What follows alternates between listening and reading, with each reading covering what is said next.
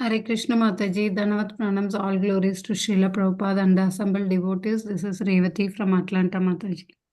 Hare Krishna, please accept my humble obeisances. Revati Mataji, thank you so much for joining and giving a beautiful association this morning. All glories to your services. Thank you for the beautiful recitation. Hare Krishna, welcome to the call.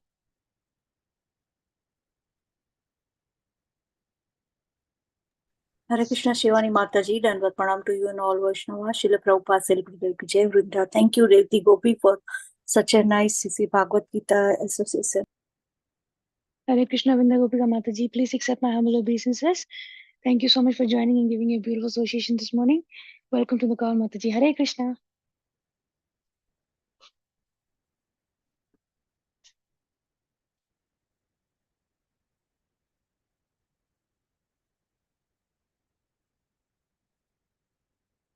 Is there anybody else who would like to introduce themselves?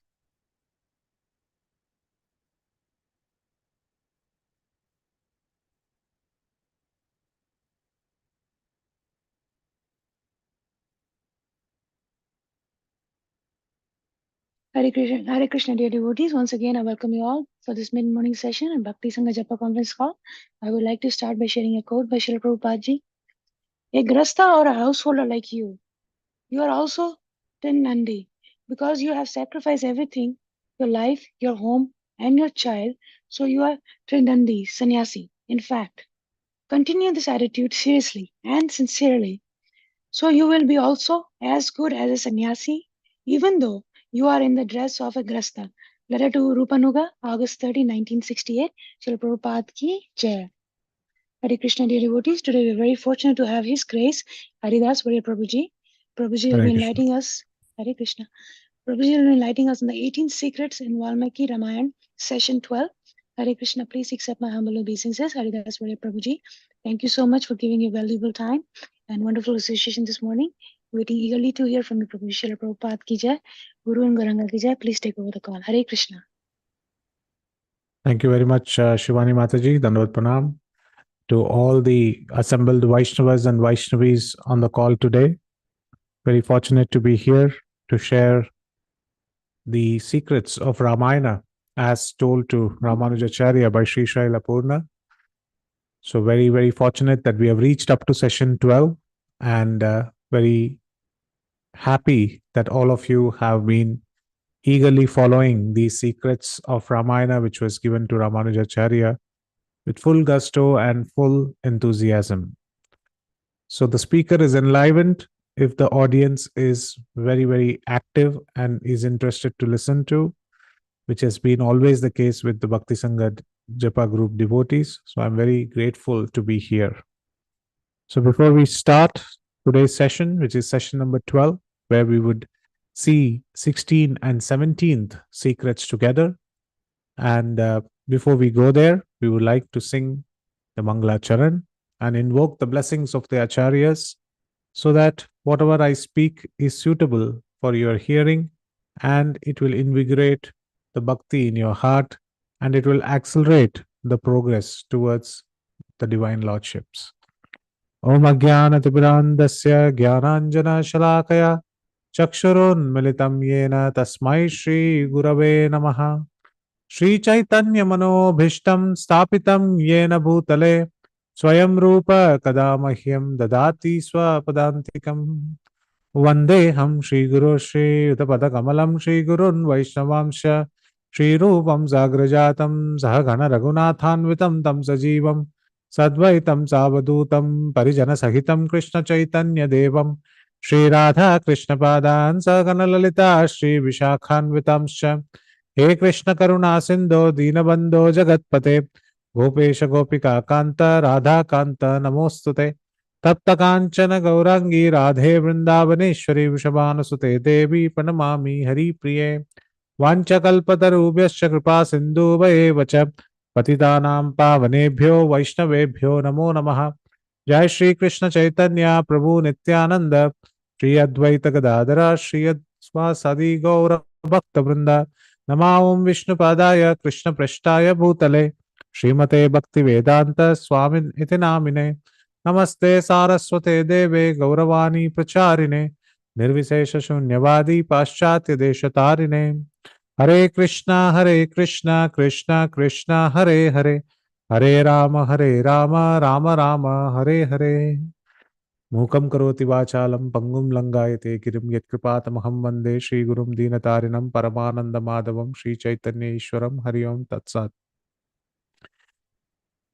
Samsarasaram Nigamapracharam Dharmavataram Hrudabhumi Bharam Sada Nirvikaram Sudasindusaram Shri Ramachandram Satatam Namami Mandaramalam Vachanerasalam Gunairvishalam Hataspattajalam Kravadhyakalam Suralokapalam Shri Ramachandram Satatam Namami.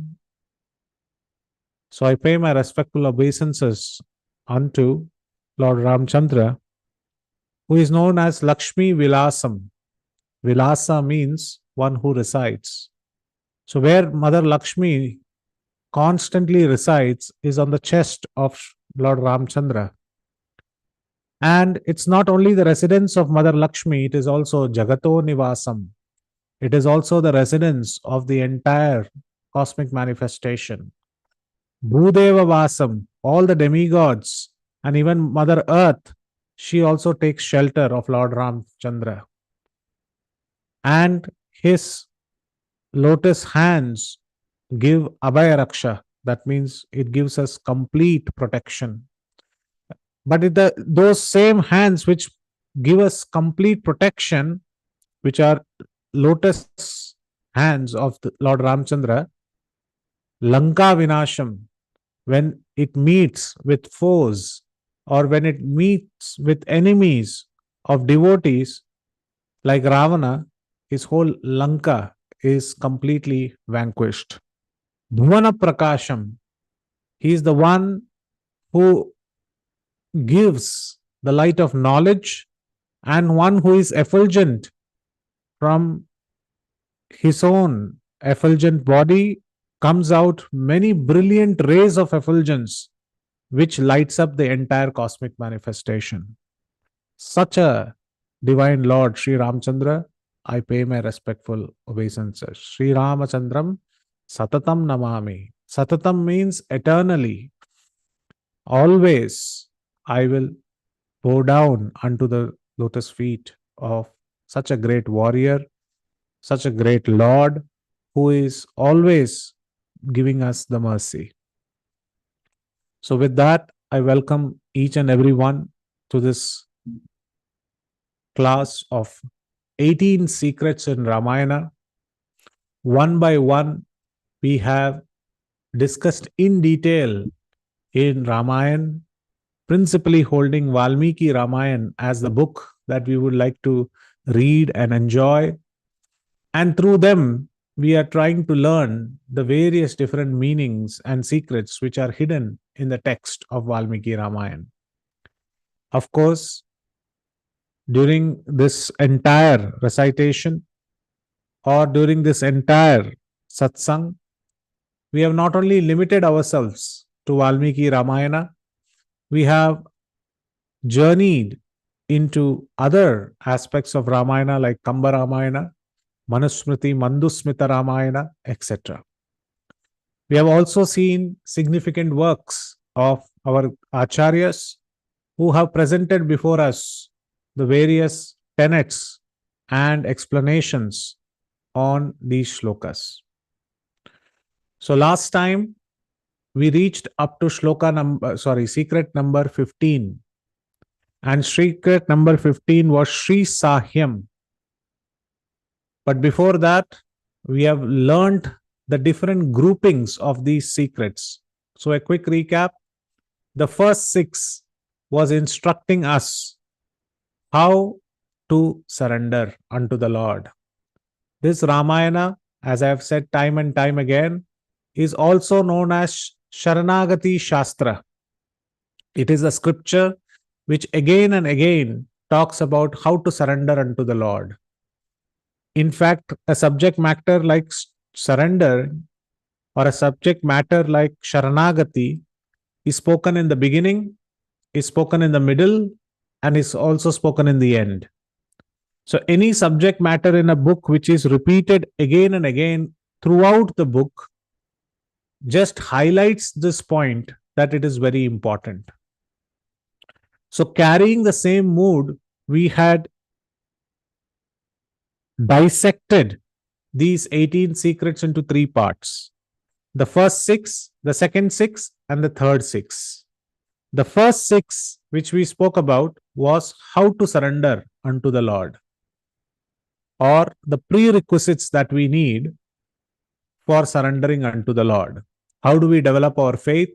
What are the prerequisites for us to surrender unto the Lord? The second 6 was the process of surrendering itself. What are the details? What should we look at? All those are mentioned in the second 6. So like that, we traversed the first 6 of prerequisites, slowly built up our faith and executed the surrender unto the lotus feet of the Lord.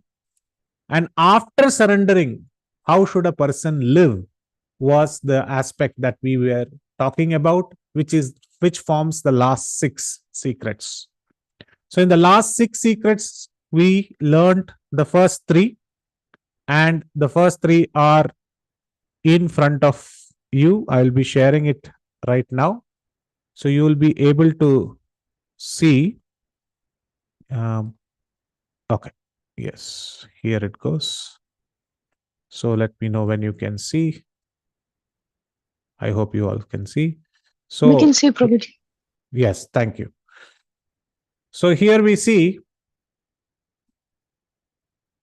the last 3 in the third most column. Virakti is what we saw as the 13th secret, where we are saying that after Sharanagati, after surrendering, one has to disengage from worldly affections. When a person or a jiva does this, he gets the blessings of Gurur Drik.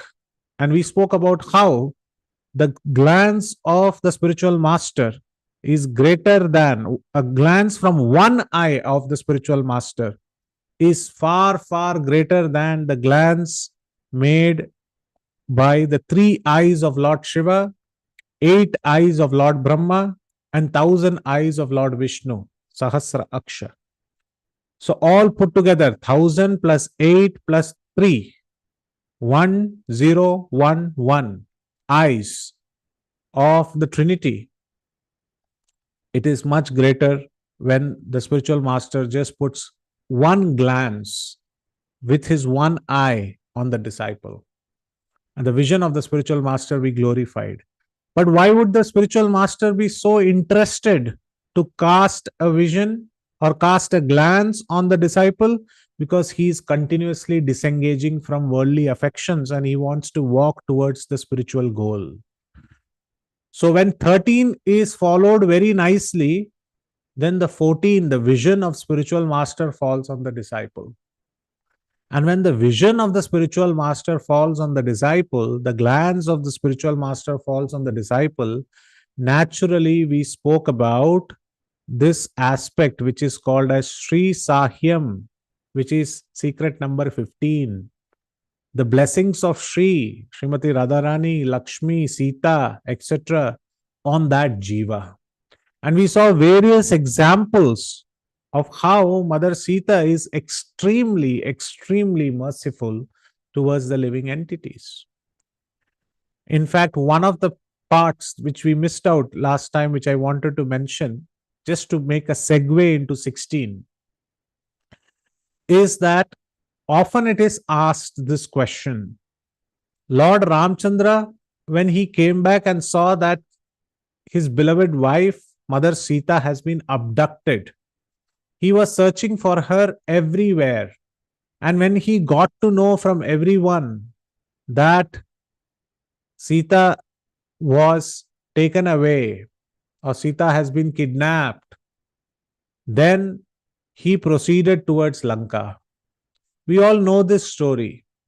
However, many people ask this question in Ramayana that when Ramachandra knew that Vali was more superior in strength, in battle, why did he take the side of Sugriva?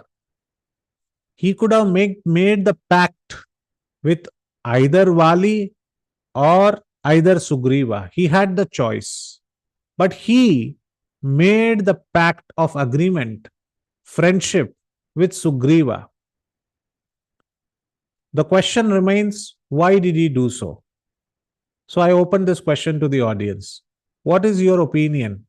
When this question is asked, why did Lord Ramchandra really choose the side of Sugriva and not the side of Vali? So why did Ramchandra choose Sugriva over Vali? Any answer? Yes, Vasundhara Mataji, you raised your hand. Please go ahead. Hare Krishna, Prabhuji Dandat Hare Pranams. Krishna. Hare Krishna. Just giving a try. I might not be right though. Please excuse my ignorance. No worries, Mataji. To This is a be classroom. Classroom means we can okay. err. Err is to study. No worries. Please go ahead boldly. Thanks for encouraging that, Prabhuji. Yes. Maybe from the righteousness perspective, Prabhuji, a couple of things. Hmm. In terms of disowning his own brother, right? Without even understanding the reasons why he had to kind of, before, whatever the incident that happened, right, in the cave when Vali was fighting against one of the, I forget the name of the demon there inside. And Sugriva was kind of guarding that cave, right? And that's the sequence. And then he comes back, but he doesn't even give an opportunity to his brother to listen to why that happened. He had to close the cave and come back. One.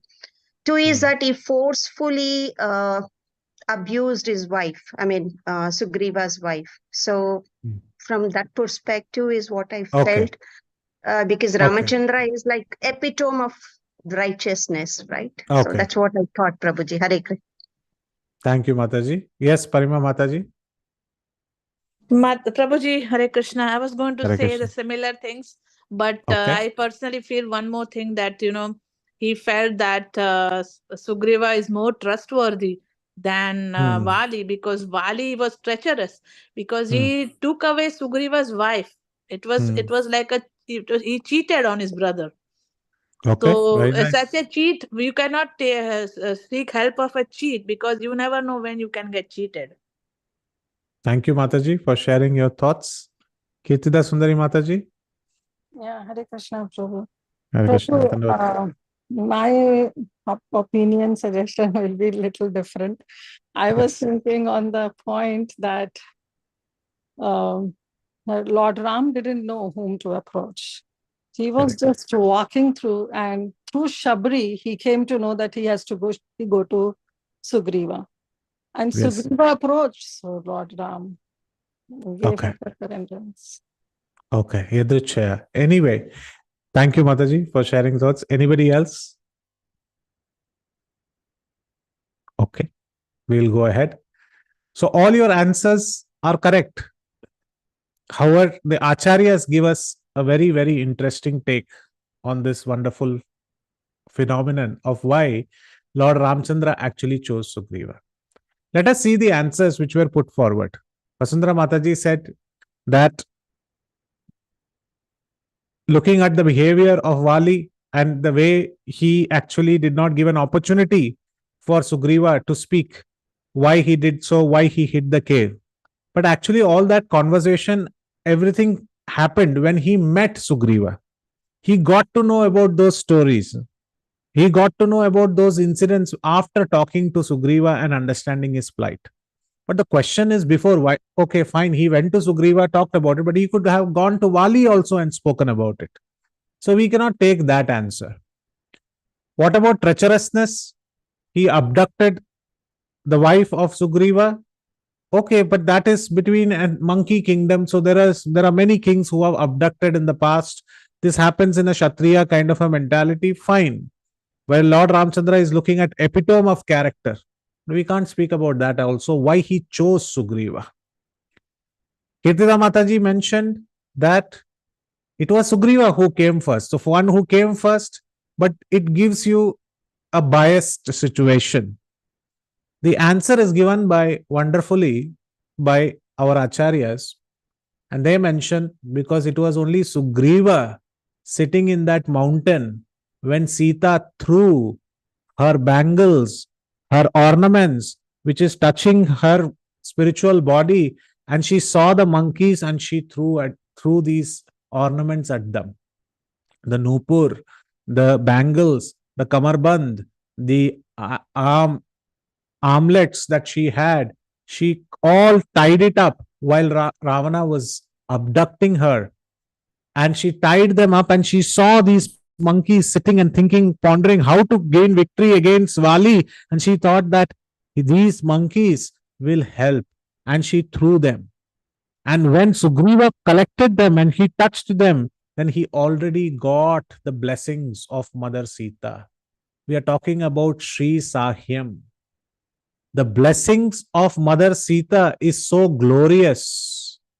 The blessings of Sita are so glorious that her paraphernalia touched Sugriva, Hanuman, Jambavan, and all the assembled monkeys along with Sugriva.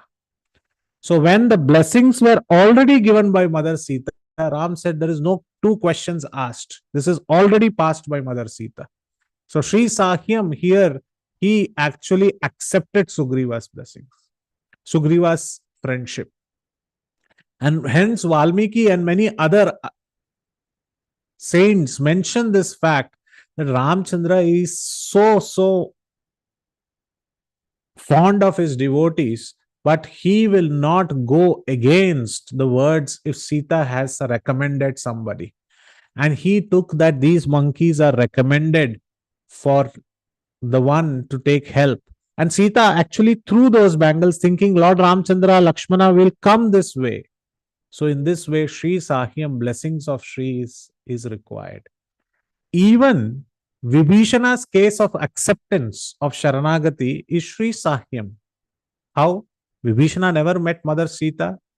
No, it is said that when Vibhishana started from Lanka and took 4 ministers along with him, and he was going by the Vayu Marga, he was going by the sky, he was traveling in the sky, he was traveling to the other part of the sea, the other shore where Ramchandra was staying.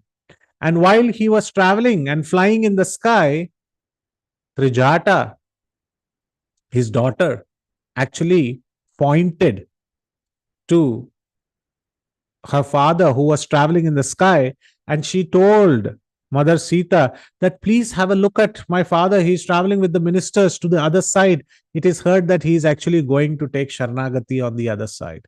And Mother Sita said, oh, he is going to Ramachandra. Let there be all blessings unto him. So she just saw, even though she did not have a conversation, she gave her glance, just like Guror Drik, the Shri Drik. That means she gave her glance at Vibhishana, who was on his way to Lord Ramchandra. The petition already reached there that when Vibhishana fell at the feet, everybody said, don't take Sharanagati, don't accept him in our ranks. He should not be given Sharanagati.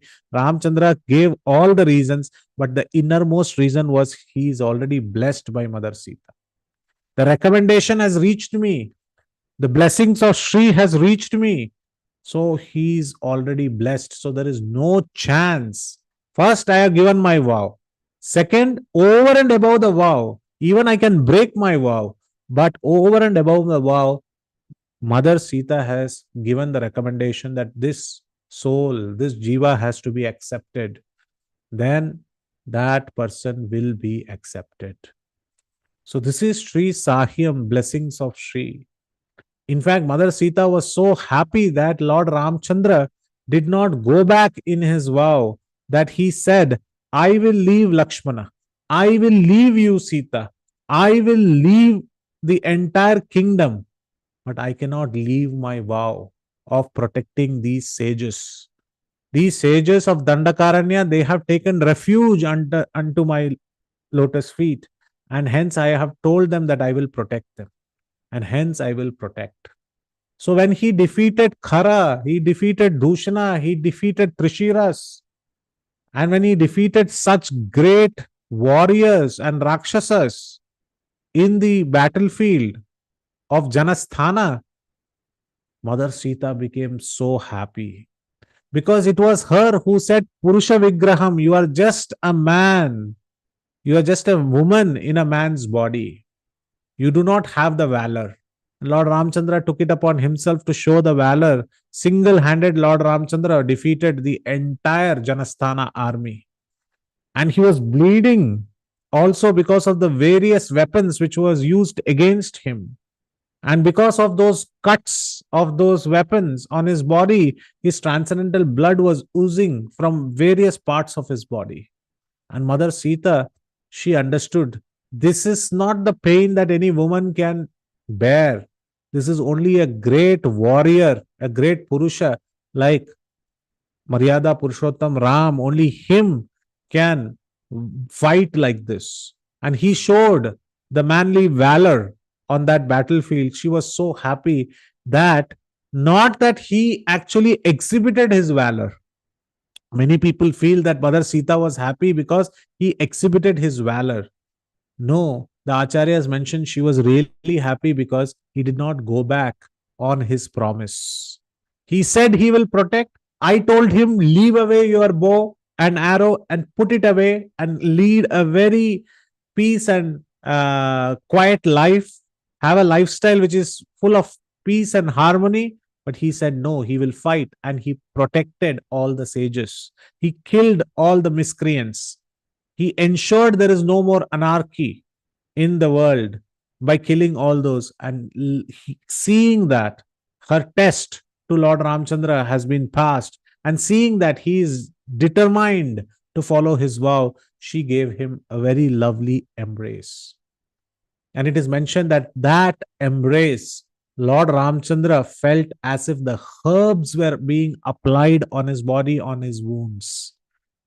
This is the Divya Dampati. This is the transcendental divine lordships.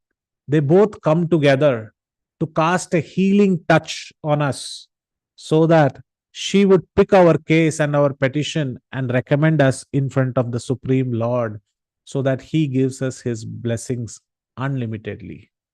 So this was the secret that Ramanujacharya learned in secret number 15 in Sri Sahyam. And when this Sri Sahyam is obtained, Ramanujacharya inquired Sri Shailapurna, please tell me what is the 16th. And Sri Shailapurna was very happy to tell the 16th, where he mentioned that the 16th is none other than Nirbharatvam. So you can see in front of your screen in 16, it says Nirbharatvam means fearless, to be completely fearless and to be completely dependent upon the Lord. To be first fearless, like Srila Prabhupada's name, Abhaya Charanaravinda. Abhaya. Why? Charanaravinda. Because he has taken the shelter unto the lotus feet of the Lord. Charana Aravinda, the lotus feet of the Lord. And if you take the shelter of the lotus feet of the Lord, you would be fearless. But what does this mean in terms of a secret? In terms of the secret, this means that one who has surrendered unto the lotus feet of the Lord should develop this quality of Vishwasa, develop this quality of faith that the Lord will protect me come whatsoever. Whatever happens in our life, the Lord will protect me. Many people do not have this resolute faith in their life that the Lord will protect them. In fact, devotees who are practicing, their faith is still not resolute because they are slowly growing their faith. So Ramanujacharya says, those who surrender unto the Lord today, let's say today is Friday, which is Friday. So on Friday, if you say, today Ramchandra, I am surrendering unto your lotus feet. I am your disciple. I am your devotee. I am for coming to surrender unto you. Please accept me. From this day, I am yours. I am your servant. Saying like this, we fall at the lotus feet of Lord Ramchandra. And the next day, we say, I have a very important meeting in my office. and I'm very scared what my job scenario will be. I'm very scared what the boss will tell me, or I do not know how my son will get admission in the school. I do not know he is going to the hostel, how will he be protected? I am very unsure that how my cooking will turn up because the guests are coming. If in this way we keep speaking on Saturday, Sunday, Monday, etc., after surrendering unto the Lord on Friday, I'm not saying we should not put our efforts. We should put our efforts. But if we speak like this, then Ramanujacharya says, we have met the first class atheist. Why? Because we are absolutely not having the faith on what we did on Friday, which is to surrender unto the Lord. If we have surrendered unto the Lord and we have told the Lord that from today I am yours, then our acharan, then our activity also has to be in the similar way.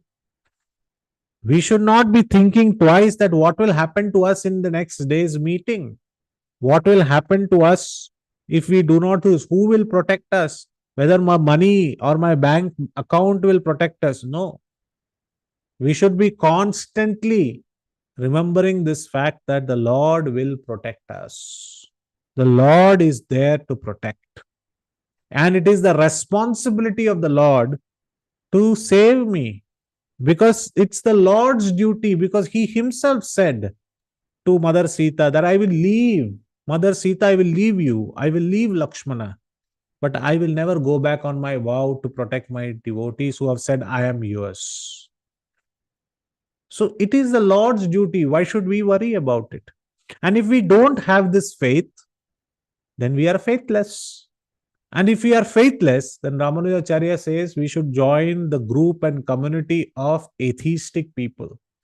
Because atheists are the ones who are faithless. But it is just to mention that we should have resolute faith. But where can we see this example? This example can be seen by Mother Sita herself. Mother Sita, when she was abducted by Ravana, she was kept in Ashoka Vatika. She had absolutely no clue whether Rama and Lakshmana know that she has been abducted. She had no clue whether Rama and Lakshmana have met those monkeys. Have those monkeys given the way or showcased where this Rakshasa Ravana has abducted her? They had no clue. And so she was very despondent. She was very sad. And she thought maybe Ramchandra will never arrive. And she thought of even committing suicide. So now many devotees ask this question. What is wrong in committing suicide? Because Mother Sita, it is written in Ramayana that she was ready to commit suicide. So many people take this reference, and in the material world, people say even Sita was ready for suicide, so suicide is okay. But we should understand that suicide, committing end of life voluntarily is not the great option. First of all, comparison of this suicide with Mother Sita's attempt to commit suicide is itself improper. How do we say so? Because many people in the material world, for common materialistic desires which are not fulfilled, being in depression, being in despondency, they try to commit suicide. Somebody did not get first rank, so they commit suicide. Somebody came last rank, they are ashamed of the society, they commit suicide. Somebody did not get his girlfriend or boyfriend, they are ready to commit suicide. Some relationship did not work out, ready to commit suicide. This is all due to material desires. This is all foolishness. One should not do like this. And comparing that to Mother Sita is itself wrong. Because Mother Sita's intent of committing suicide was not for worldly desires. She thought that now I am away from Lord Ramchandra.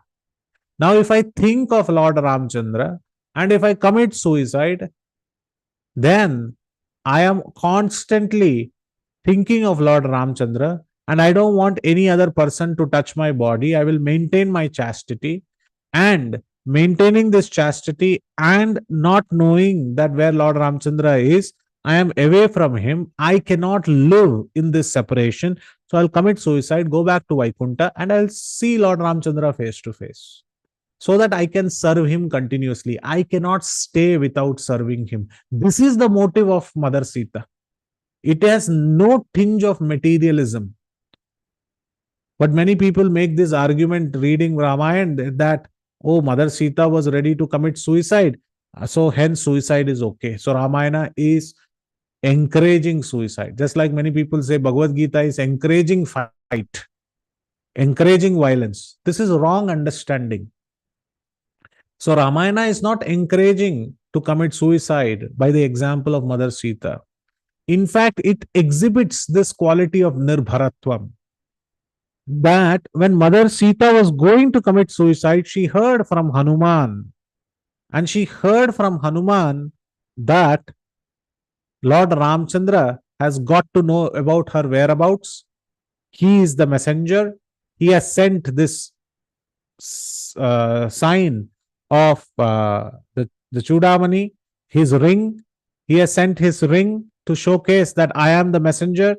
And let me tell you that he is thinking of coming here and rescuing you. And in this moment, Mother Sita became very happy and she left the thought of committing suicide. She said, this is very wonderful that what you have given me, this news, Hanuman, and this has brought joy to my heart. And the conversations went on, and Hanuman finally said to Mother Sita, and this is a very beautiful conversation which Kamban mentions in his Ramayana. Kamban says that Hanuman said to Mother Sita that don't worry, immediately climb on my back. I will carry you because I have traveled over this ocean effortlessly because I've been always chanting the holy name of Ram. And with that same power, I will carry you on my shoulders and carry you to the other side. Not because I want to be a hero, but because I cannot see you both separated by this ocean. What is the ocean? The ocean of grief, that you both cannot see each other. So you both are separated by this ocean of grief. And hence I want to connect, bring union to both of you. I want to make sure that you both see each other, so you climb on my back. So a great tattva is there in this, that it is called Sundara Kanda because Vipralamba is Sundara. Because the separation from the Lord is also most highest philosophy that we can talk about, which we know in Gaudiya Vaishnava philosophy. So in this way, Hanuman said that carry on my back. And Mother Sita started thinking. And Hanuman said, I know what you are thinking. You are thinking that when you carry me from here, then Rakshasas will come to attack. They will attack in the sky. They will throw weapons. And I am carrying you. How will I manage fighting with them? He said, don't worry, Mother Sita. I have the special power. I have incomparable strength. I can defeat all these Rakshasas. Forget about this. If you are thinking that this is difficult, I'll give you another proposition. And Mother Sita is very joyfully listening to all these stories. First of all, she is joyful that she heard Ramchandra is alive and looking for her. Second, she is hearing all these strategies by this monkey so that she can go back to Lord Ramchandra. So she is very, very enjoyingly hearing this conversation. At the same time, she wants to hear what are the strategies that Hanuman is placing in front of her. The second strategy Hanuman said is, why are you worrying, Mother Sita? I will lift this whole Lanka. I will just uproot this golden Lanka. I will uproot this whole island of Sri Lanka.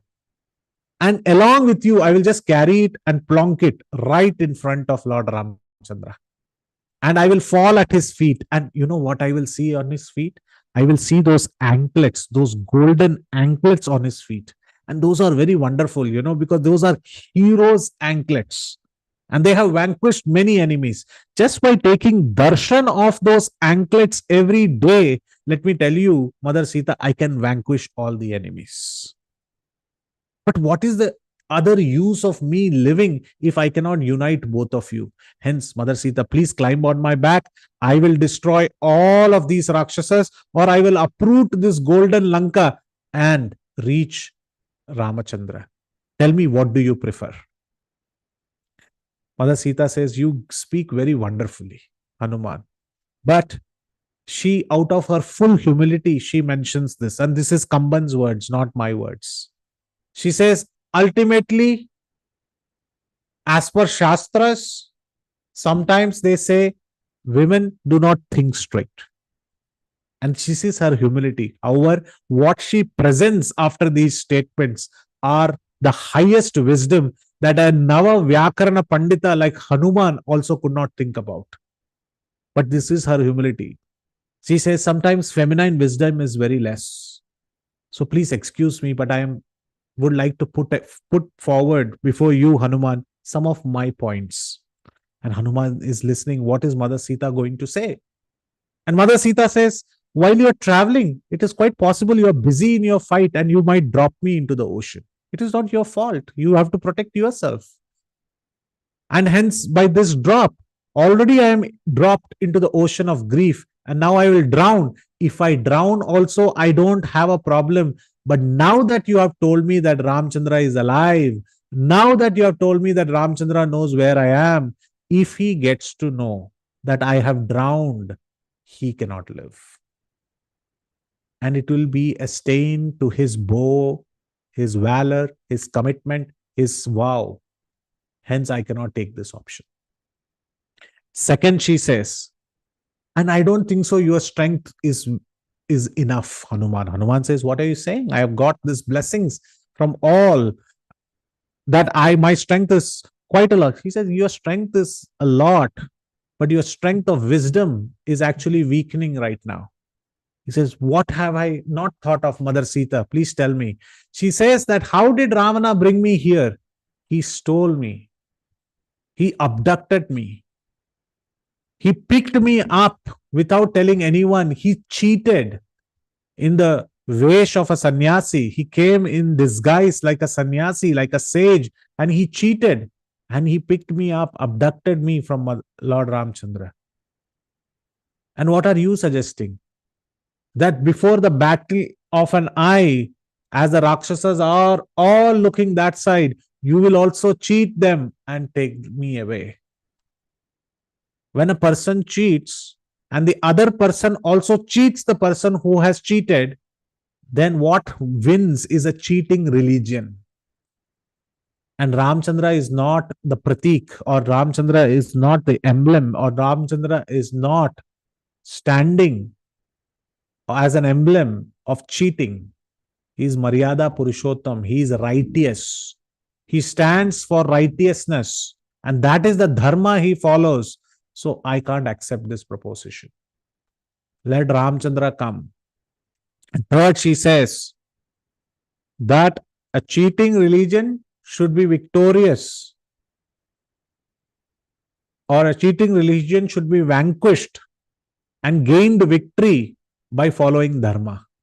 A dharma should gain victory over a cheating religion or a cheating propensity. So righteousness will win over duplicity. And that is Ramchandra will come and he will gain victory over the Rakshasa, who is none other than Ravana. And I don't want to be taken like how a dog in the street just steals a bread from the plate of a beggar. Ravana is like a beggar. And I don't want somebody to just come and steal like a street dog. So if I go with you, the valor, the fame, the righteousness of Lord Ramchandra will be tainted. And hence I don't want to give any stain to Lord Ramchandra's bow. She did not stop there. She kept on speaking. She said, what to speak of uprooting Lanka? I actually want to see this golden mountain of Lanka, which is built on gold, to have a mountain of bones and ashes. And that will happen when Lord Ramchandra fires his arrows, shoots his arrows from his transcendental bow, and it will cut all the arms, heads of these Rakshasas. Rivers of blood will flow through the Lanka streets. The mountains of bones will form. Mountains of bones will form. And I would like to see that mountain of bones. Then the valor of my Lord Ramchandra is established. But wait a second. Why are we speaking about Lord Ramchandra coming out here and want to kill all these people? Hanuman, let me give you a immediate solution. Hanuman is thinking, what else solution is Mother Sita is going to give? She says, I don't want even you to help me. I don't even want to give the trouble to Lord Ramchandra. I can just burn this entire Lanka with the power of my chastity. I can just burn this Lanka by battling, and Ravana, will go into flames. Ravana cannot touch me. Trijata has already told me about the curse that he has got. So Ravana cannot touch me, and with my anger, if I just battle my eyelid, this whole Lanka can burn to the ground. I can myself do this. Hence, I don't need anybody's help. And just because you asked me, can I carry you? The world will say that you are another man who has the cravings of the five senses. Though you have conquered them, but Hanuman, the world does not see it like that. So I cannot touch another man because chastity is my greatest wealth. In this way, she said all these options and said, I cannot go with you. I cannot allow you to uproot Lanka. I can do it myself. But at the end, she said, I am nirbharatvam. If I burn the Lanka myself, then the people in Bhakti Sangha Japa group will say, Ramayana is okay, but Mother Sita is more glorious because she burnt Lanka and she finished the story there. Sitayam Charitam Mahat. But my Lord Ramchandra's glory will not come ahead. I am always to be protected by my Lord because he has taken a vow. His vow will go nishphala. It will not bring fruit. So I will stay here. And even if you protect me and you carry me, people will say, Rama could not protect, Sita could not protect. He just sent one messenger and the messenger protected. So this is also not bringing glory to my Lord. So I would really like Lord Ramchandra to be the one to come and to protect me. I don't want any other solution. But she gave an ultimatum. She gave a clause that now I will not commit suicide. Because now I have got to know that Ramchandra is there to protect me. So now I am a surrendered soul unto him. But please pass on this message to him that he has 1 month and 1 month only. That he has to come within that month and protect me. This is called as nirbharatvam. This is called as completely having full faith that the Lord will come and protect. And this was exhibited by Mother Sita, that the Lord will protect me, come what may. So we also should take a lesson out of Mother Sita's these strong words of refusing Hanuman's options or strategies. And these are all wonderful strategies by which he could help, and he had the best of the intent. But let us look at the intent of a devotee who is surrendered unto the Lord. Even he surrendered, he wants to ensure that the Lord's glory is always there. And one sees through the wisdom of Shastras. Nirbharo nirbharayosmi. That he says that please pass on this message to Lord Ramchandra. That this is what I would like to be executed. So this is the 16th rahasya where Ramanujacharya learns that a Sharanagati, a person who has undertaken Sharanagati, how he should live is that he should be completely fearless and he should be dependent on the Lord for his protection. So then Ramanujacharya asks, such a person, when he is completely protected, where do I find such people? Where can I find the gathering of such people? And Sri Shaila Purna says, it's very easy, my dear Ramanujacharya. Such people you will always find in and around a dham, because the 17th secret is suvasati. Once you are surrendered, you should always stay in a dham. You should stay within protection. You should stay within a dham. And Ramanujacharya asks this question, why should a person stay within a dham? He said, because this complete protection is offered if you are staying in the dham. If you are in Sri Rangam, Lord Ranganatha will protect you. If you are in Vrindavan, Krishna Balram will protect you. If you are in Mathura, Lord will protect you. If you are in Juhu, Radha Ras Bihari will protect you. If you are in Nairobi, Banke Bihari will protect you. Every single city where the Lord is, it is the Lord's duty to protect us. So hence it is our duty to stay in and around a temple. Suvasati, staying in a dham, because we know that the Lord will protect. So in the Aranya Kanda, the first sarga, the third verse is very wonderful. Not the third verse, the first kanda. Maybe I can share my screen and we will learn quickly about this verse. This is in Aranya Kanda. In Aranya Kanda, we get this verse which comes in front in the first sarga, the 20th verse. So this is, I'm going to share it in front of you. Yes. So the 20th sloka, and why I tell all these verses is that if anybody is taking notes, they can know that these secrets are coming from these words. So this is the context where Dandakaranya, the sages are coming and speaking to Lord Ramchandra. He has entered the Aranya, he has entered the forest, and the sages are coming and saying. And in this verse they say, Te vayam bhavata rakshya, bhavad dishaya vasinaha, nagarasto vanarasto va, Tamna Raja Janeshwaraha. He said, Nagarasto Vanastova. You alone, Lord Ramchandra, have to protect us.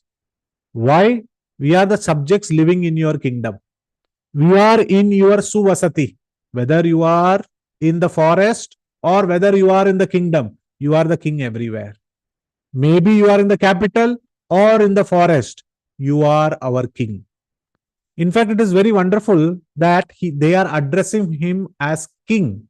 So if you go 2 verses above, they say this, Dharmapalo Janayasya Sharanyasya Mahayashaha Pujaniyasya Manyasya Raja Dando Daro Guruhu.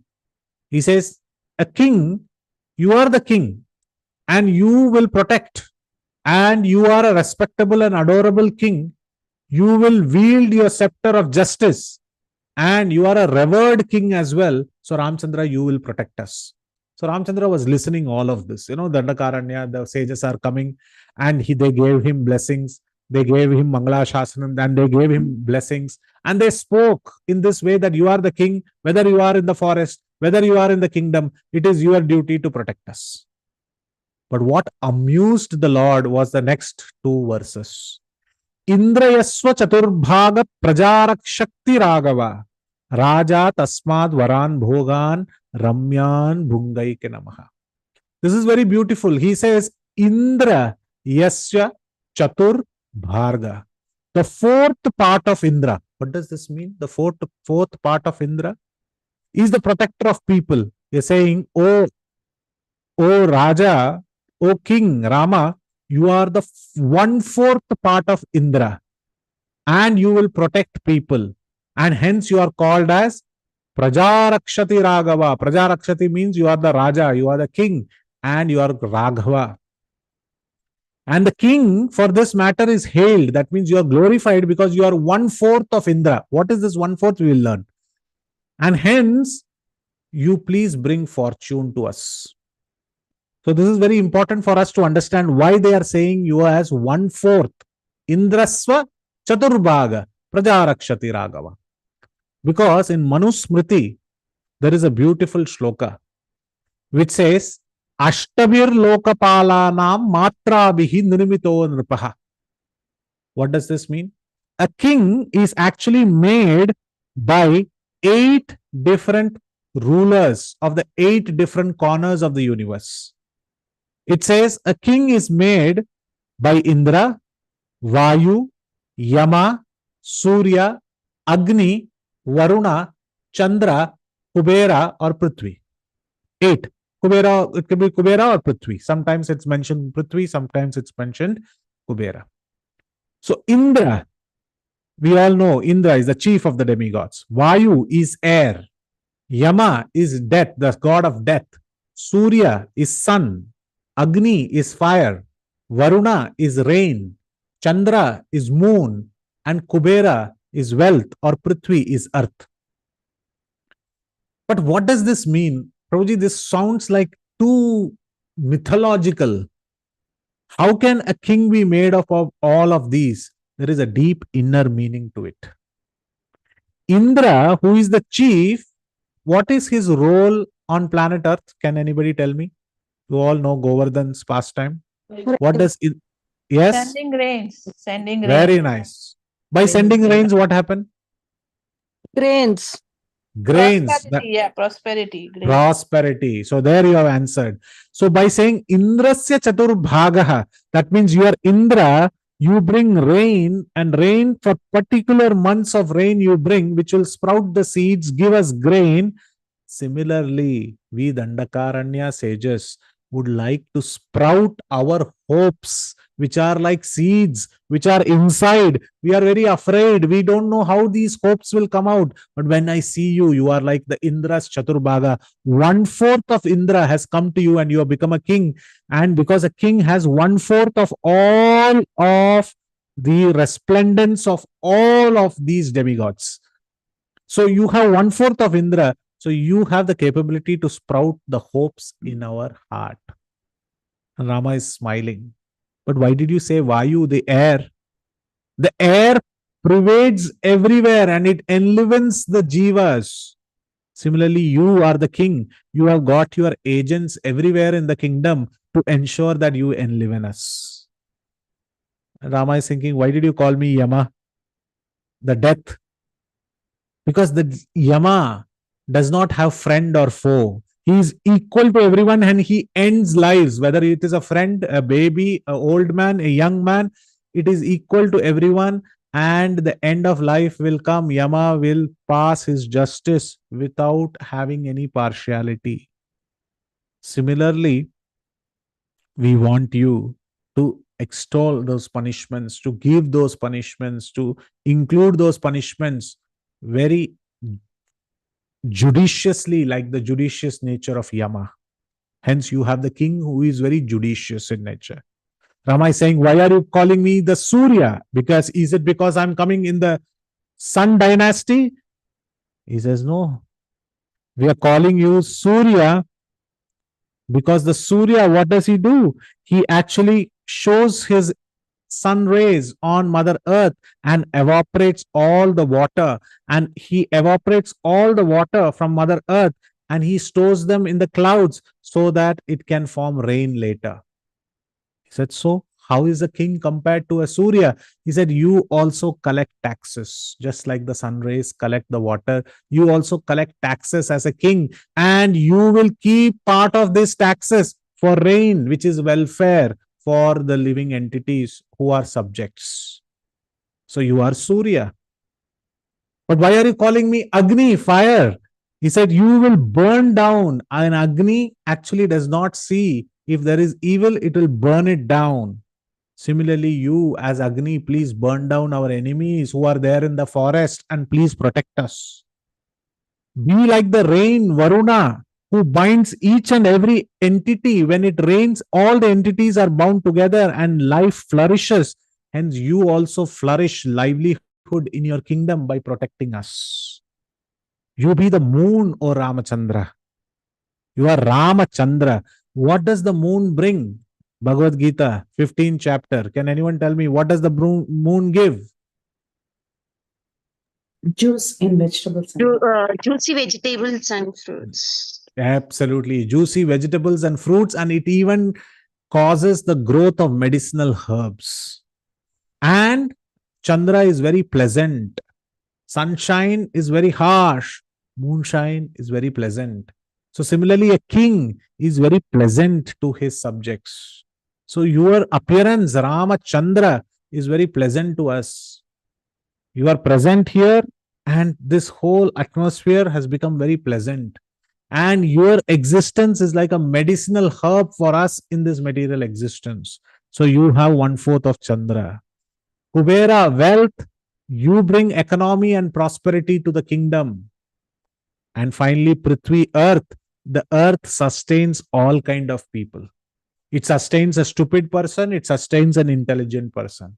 It sustains a fool, it sustains a miser, it sustains a wealthy, it sustains a miser, a charitable person. All kind of person are accommodated by Prithvi.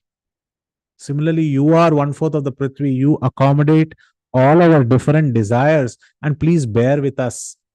Though we have lot of incongruencies in our desires, you please bear with us.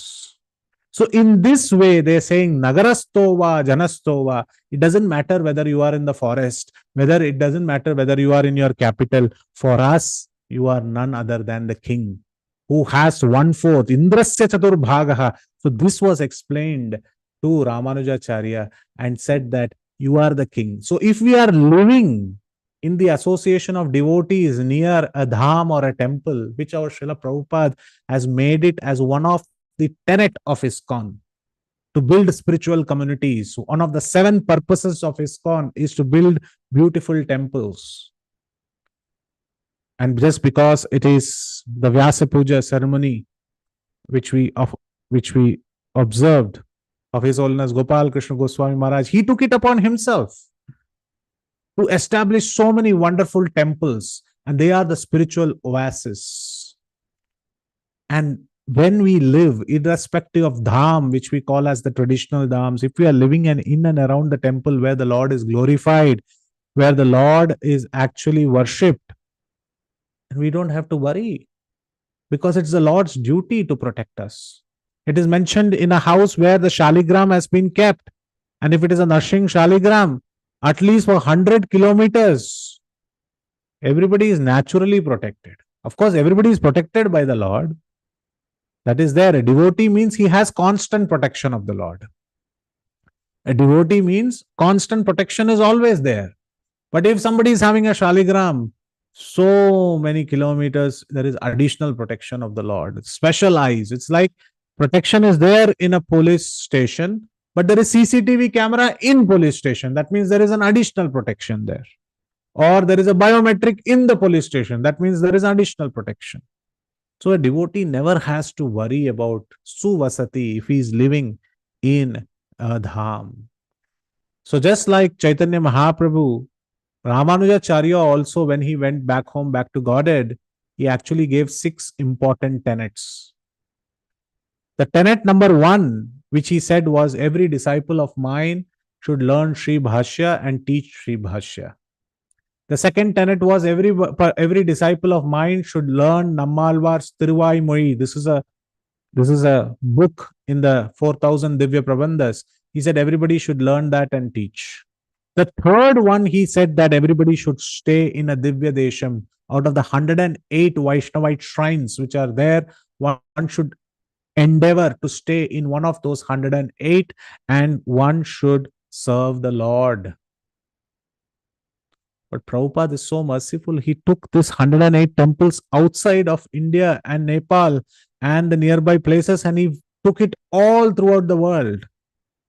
And Chaitanya Mahaprabhu and Nityananda Prabhu actually gave the holy name as the Divya Dham. It is residing in everybody's chanting bag. But staying in the dham gives us spiritual potency. The fourth one, he says, one should reside in Melkotai, which is a place called Tirunarayanapuram, which comes near Mysore and Bangalore. The fifth tenet, Ramanujacharya said one should learn the Dvaya mantra, the Om Namo Narayana mantra, the Tiru mantra, and one should learn and teach it to others. And the sixth one, he gave it to people like me, who said that I cannot do all the five above. I cannot learn Sri Bhashya. I cannot learn Nammalvar's Tiruvai. I can't stay in the dham. I can't build a residence near Melkotai, Tirunarayanapuram. I cannot understand the meanings of the Dvaya mantra. What should I do? The sixth tenet was the most easiest given by Ramanujacharya is that follow the devotee who follows the above five. It is the most easiest for us to follow. And that is the tenet we are always following Srila Prabhupada in his movement. One who did all this, he stayed in the dham, in Vrindavan, in Radha Damodar, and he exhibited this Suvasati. But he left that dham to create a dham in every house, every town and village. Chaitanya Mahaprabhu's mood is this, Suvasati. Every town and village, Sarvatra hoye prachar. Why? Because then the whole world will be protected. And that was the same mood in Srila Prabhupada's ISKCON's tenet as well. To build spiritual communities, spiritual oases, the temples which will protect. And that was the same goal of His Holiness Gopal Krishna Goswami Maharaj, whose Vyas Puja we observed very recently. So this is great. We can see that we are living these same tenets. These are not the tenets of the past. These are not tenets or secrets which were there in Ramayana only for Ramanujacharya. These secrets are ongoing, and by the mercy of Srila Prabhupada, by the mercy of Ramanujacharya, by the mercy of the Acharyas, we also, if we are connected to an ISKCON temple, connected to a local Vaishnava temple, it is the dependence on the Lord, and we are living these tenets of truth or these instructions what our Acharyas have given. So that forms the 17th secret, which is called as Suvasati, staying in the precincts of a temple and having Nirbharatvam, which is the 16th secret, that the Lord will protect me come what may. So these are the two secrets we learned today. And we go to the 13th session. There are only two more sessions left. The 13th session, we will talk about the final Rahasya, Rahasya number 18. What is it? How is it connecting all these together? For that, please join us next time. And the session after that, we will see how Srila Prabhupada has given all these 18 secrets, which is from the Sri Vaishnava Sampradaya, in our daily routine. That will be our 14th session, which that we aim to conclude this 18 secrets in Ramayana sessions. Thank you very much for joining.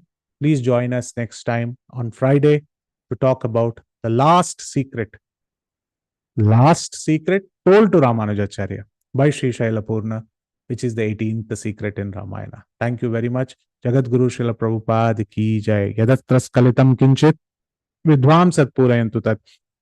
Yadatras saushtubam kinchit tad gurur evame nahi. If you found anything which was nice in this presentation, all glories go to my spiritual master, Srila Prabhupada, my Gurudev, and all the Acharyas and the commentators and all the assembled Vaishnavas and Vaishnavis. None of them go to me. If you found any mistakes, please, you're all learned Panditas, learned seekers of Ramayana, so learners of Ramayana. So please correct them, and those mistakes are truly mine. Thank you very much. If there are any questions, comments, critiques, feedbacks, more than happy to discuss them. Hare Krishna.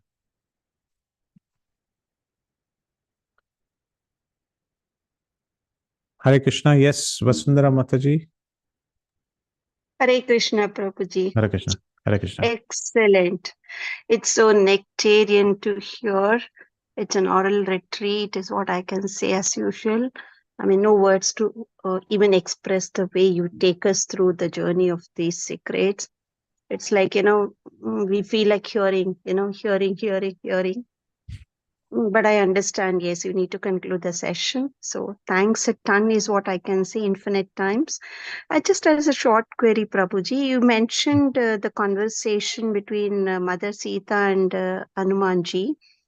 She specifies a time limit of 1 month. I mean, that is something I was not able to understand. Would you mind explaining why the deadline of a month Mother Sita gives? Yes. So this conversation is specifically in Kamba Ramayana, between shloka number 5347 onwards. In Sundarakanda, we can hear this shloka. Somebody is interested to refer to the Tamil version, they can look it up on this shlokas. So she gives 1 month. She says, now that I have known that the Lord is going to come and the Lord is ready, it is in his interest. And he has vowed, and it is in his interest that he comes to me very soon. Now that I know him and he takes his own sweet time, that is also not going to happen. So Hanuman, because you are going to go back and give the message, you also give this message that till 1 month I will hold on. And the reason for 1 month is many in nature. One of the first reasons why she gives 1 month is because she says to Hanuman that let him not be loosey-goosey about it. Let him know that I am in supreme trouble. But let him also not feel that I am famished and I will lose my life the very next day. Let him not be haste in his actions. Let him plan properly. I can manage myself for 1 month. So it's like a comfort given by a wife to say, I have only 500 rupees, for example, is a very bad example, but I have 500 rupees in my purse, but that is enough for me to reach home. But don't worry that you have to give me 2 lakh, 3 lakh, 4 lakh. No, don't worry. At the same time, don't think you have given me too less also. It's manageable. It's manageable. This is the manageable time. So the husband has a comfort to understand and gauge and strategize what should be the financial freedom that I should give to the wife. Just like this, she wants to ensure that she gives an indication of what's the current scenario very practically. She says, I can manage myself, but at the same time, please tell him to rush him up and save me. So this is why she gives this 1 month clause that please within 1 month, after that, my viraha is so strong that my soul cannot stay within my body. As she acts, she takes the action of a jiva and she says that I cannot stay without my Lord for that long after knowing he is coming for me. Okay, thank you, Prabhuji. So the entire episode of war and all happens within that specified period, Prabhuji? I mean, just curious to know that. Yes. Okay. Fine. Thanks again. Hare Krishna. Thank you, Mataji. Hare Krishna. Hare Krishna, Prabhu. Thank you so much Hare for Krishna. the very nice, engrossing session. Prabhu, I did have a question just for clarification to put my understanding correct. I don't know if somebody else already asked the question. I was a little diverted with the work call, but I'm just asking in case they already asked and you answered. Please repeat. I'll answer it again, Mataji. No problem. If not, yeah. So my question is about Vibhishana. When Vibhishana was going and he surrendered, right? But this particular scene of Mother Trijata telling Mother Sita, is it specifically in the Kamba Ramayana? Because in the Valmiki's narration, it appears that when Sita hears from Trijata about Vibhishana, much earlier she decides to give mercy. So I'm just trying to connect the dots. So is it a part of Kamba's? I'll have to specifically look at Kamban, but I've heard it's part of the Kamban commentary. Okay. But what you heard and mentioned about is also right. When she hears the word from Trijata, the specific word that she hears is Vibhishanastu Dharmatma. She hears that all these are the personalities who stay in Lanka, but there is a Dharmatma, Vibhishana. Vibhishana is the Dharmatma. He follows the path of Dharma. Then immediately she gives blessings in her heart. Blessings. That is great, yes. So Rama takes into account that also. So Valmiki is more merciful. She says he has not even seen. Hearing that somebody is actually having good qualities, she gives those blessings. Yeah, that was the clarification. Sure. Thank you. Thank you. Hare Krishna. Yes, Kirtida Sundari Mataji, Dandavat Pranam. Krishna Prabhuji, Dandavat Pranam. Excellence, Prabhu, beyond words. Excellent. So, Prabhuji, I just want to know a little sequence about Mother Sita being carried away by Ravan. Yes. Then she throwing her jewels. Yes. Collected by Sugriva. Sugriva didn't know whom it belongs to. Yes. Ramchandra coming. And then first was the friendship bond made, or first the jewels were shown that it belongs to someone. And then Ramachandra understood that it's the blessing of Mother Sita, or how it is. So the chronology goes like this, that in between Jatayu happened, and then she threw the jewels, they collected it, kept with her, met Hanuman, and Hanuman says that, and there was conversation between Hanuman and Lord Ramchandra about the fact that how Lord Ramchandra has lost his wife. Then he comes and mentions about the fact that Sugriva, that I have lost my wife. And Sugriva says, same pinch. I have also lost my wife. So you have lost, I have lost. So then they meet, they discuss, they form the, and then he shows the anklets, and then Lakshmana says, Naham janami ke yurena, and he says this shloka that I only recognize this Nupura. But they know that this was abducted, but where she went, where did they go, that was not known. So abducted, and he said that I will help you to get back, but I have this problem of Vali. And then they formed the pact that I will help you, we have friendship, same pinch. That's when they formed the friendship pact. Then Sampati tells them that she is in Lanka. Yeah. Thank you, Prabhu. Thank you so much. Hare Krishna. Hare Krishna. Anybody else has any questions, comments, critiques, feedbacks?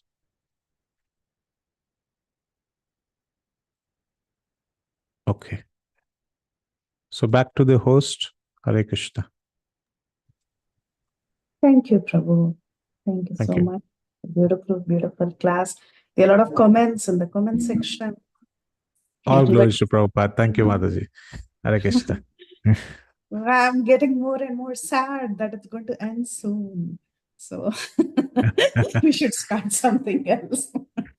Mataji, some other series. Definitely. We don't want Haridas Varya Prabhu to leave us. Leave us, yeah. No, he won't leave us anyway. We'll catch him for Chaitanya Bhagavat class anyway. So yes, it's true. Hare Krishna. Yeah, anyway, thank you, Prabhuji. Thank you again, dear devotees, for joining us. We'll end the call here. Vanchakalpatarubhyascha Patitanam Pavanebhyo Namo Namaha. Anantakoti Vaishnava Vrinda ki jai. Srila Prabhupada ki jai. Jai. Prabhu ki jai. Prabhuji, Dandavat Pranam. Thank you for the nice